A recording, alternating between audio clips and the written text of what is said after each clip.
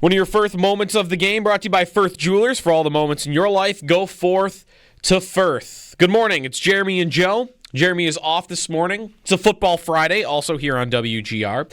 We'll have some Bills-Falcons talk coming your way in the 8 o'clock hour. We'll have Sal Capaccio along at 8. Doing some Sabres, though, here as they fall 4-0 last night at home to open the season against the New York Rangers. Joined now by Paul Hamilton. Paul's appearance is brought to you by Raylax Honda. Raylax, we got this. Good morning, Paul. Before we get to the game, sure it was nice to be back in the arena and just to have the season back in general. Oh, it was. It's sellout crowd and just to have hockey back. I mean, I'm ready for hockey in April or in August. I mean, everybody else is getting keyed up for the NFL season. I'm like, all right, let's get the NHL started. So I'm weird that way. Yeah. No, it was buzzing in the building, I thought, as it started. But let's get right to it, Paul. Like, that game last night, I mean, it didn't start well for the Sabres. By the end of it, it does look like on the stat sheet, like, all right, did they play pretty good, but no goals. And I don't know, from you, like, when you look at the shots on goal and you look at kind of their effort beginning to end, was it a strong effort from them? Or can you not even say that when they didn't score? I didn't have a problem with their effort, but I don't think it could have gone any worse. And it's only one game. I get that. I mean, there's 81 games to go. I mean, they could win their next 5 for all I know. But when you have a sellout crowd there, it just couldn't have gone any worse for you. I mean, it was a 1-0 game basically for most of it, but you didn't score. I mean, the fans wanted to go crazy. They wanted to cheer for their team, and really they didn't give them a lot to cheer about. I mean, yeah, they had 37 shots on goal, but I don't know, did Shesterkin actually have to make a phenomenal save? Mm-hmm. I mean, not really. I mean, I would say, I'm guessing here from just my notes and everything, the Sabres might have had 5 decent scoring chances for the whole game, maybe. And I might be being generous there. A lot of their shots, especially in the first period where they started rolling up some shots, were all from the outside. They were just trying to get shots at the net. And it was just a nondescript game. I've seen them play worse. I've seen them play a lot worse. I've seen them play a lot better, too. I mean, it was just – and they just showed that they don't have a lot of depth. I mean, Zach Benson, he got hit in the side of the face in Wednesday's practice, came back out and finished practice, and next thing you know, he winds up in the hospital because of it. And so now he can't play in the game. They don't have any depth at all to put in that spot. Peyton Krebs was just spinning his wheels there.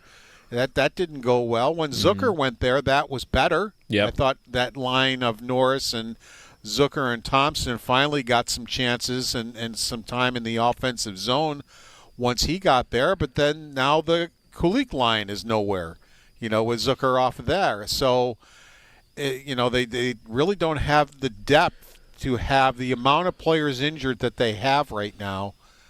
And, I mean, they're missing 2 defensemen. They're missing Greenway. They're missing their goaltender.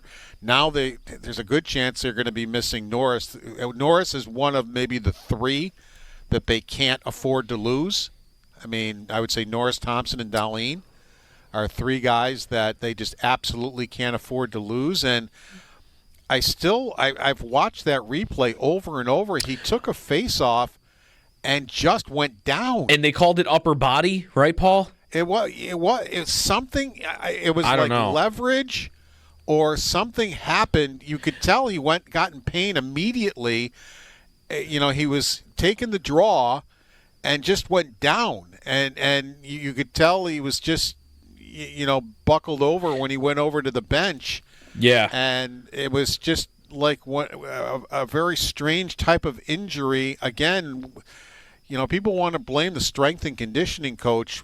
Whatever I saw there had zero to do with a strength and conditioning coach. Yeah, I mean, what you might have saw there, I'm hoping I'm wrong because this is something he's been dealing with for a while. But when I saw the replay, and same thing, same as you, like, okay, was it like a non-contact injury? But like, no, that would be lower body, upper body. You didn't see any contact.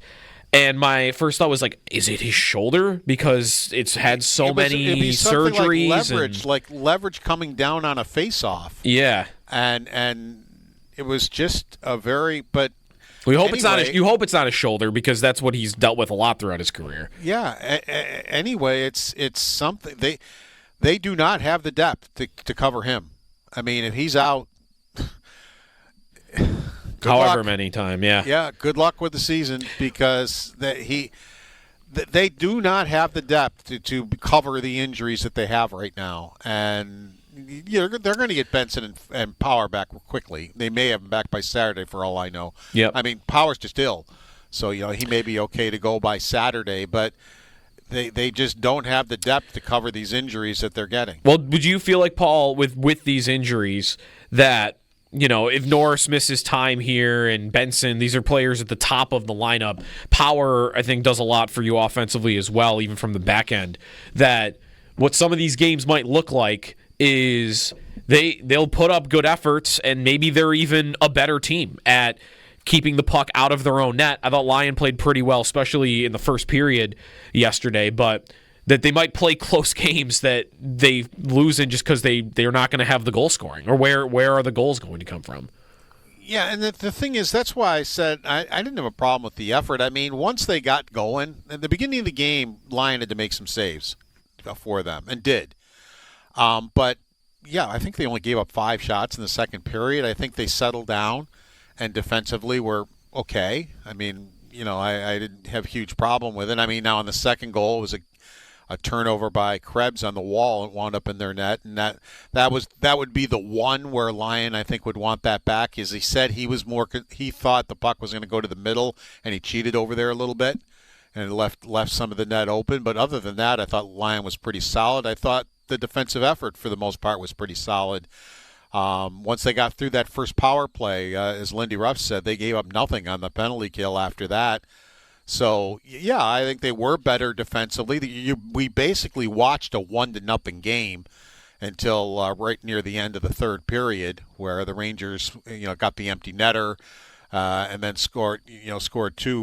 One was a tip. Line. Mm-hmm. If a goaltender stops a tip, he's basically going to be lucky.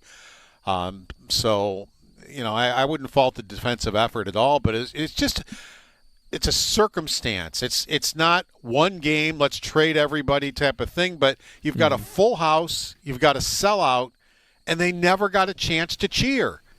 And if you just came to the game thinking, all right, I'm going to give this team a chance, you're going to give them another one?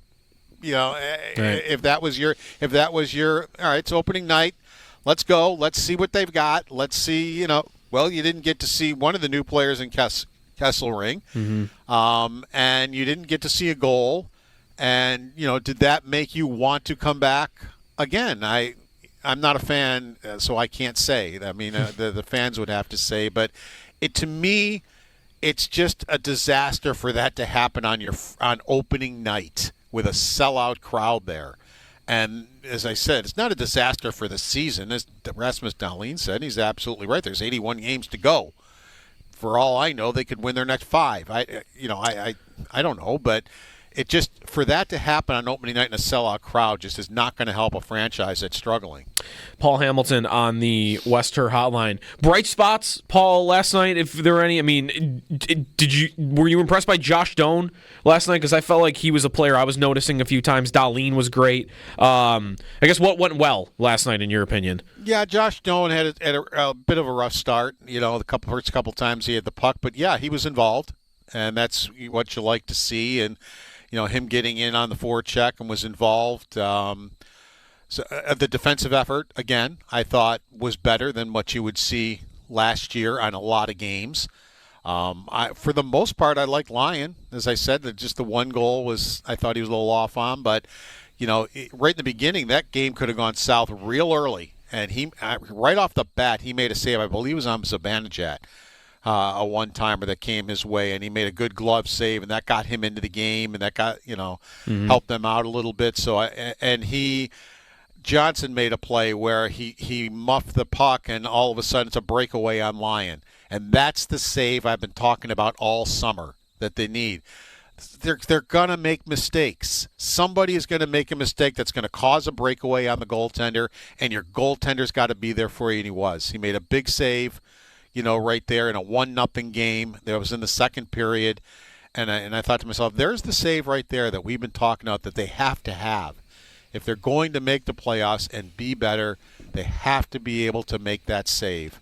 And so, for the most part, I thought Lyon was positive. Would you guess him again tomorrow night against Boston? I would. I'm not sure I put a kid in for his first NHL game, especially when you've lost your first one. And, you don't want the prospect of going 0-2. So I would go with the strongest. We really don't know what Ellis is. I'm saying with the strongest goaltender. Is he? As I said, Ellis has never played an NHL game, so we don't know what the Sabres have there in him. I'm just not sure that's the spot to throw him in after you lost your opener. Paul Hamilton with us on the Wester Hotline. Thank you, Paul, and enjoy the game tomorrow, and we'll talk on Monday. Okay, take care. Paul Hamilton on the Wester Hotline. Sabres and Bruins tomorrow. The Bruins winning their first 2 games of the season, first road game of the season for the Sabres, and then they have a bunch of games at home. So it's tomorrow at Boston at 7, and then Monday home Colorado, Wednesday home Ottawa, Saturday home against Florida. So a couple of home games in a row coming up.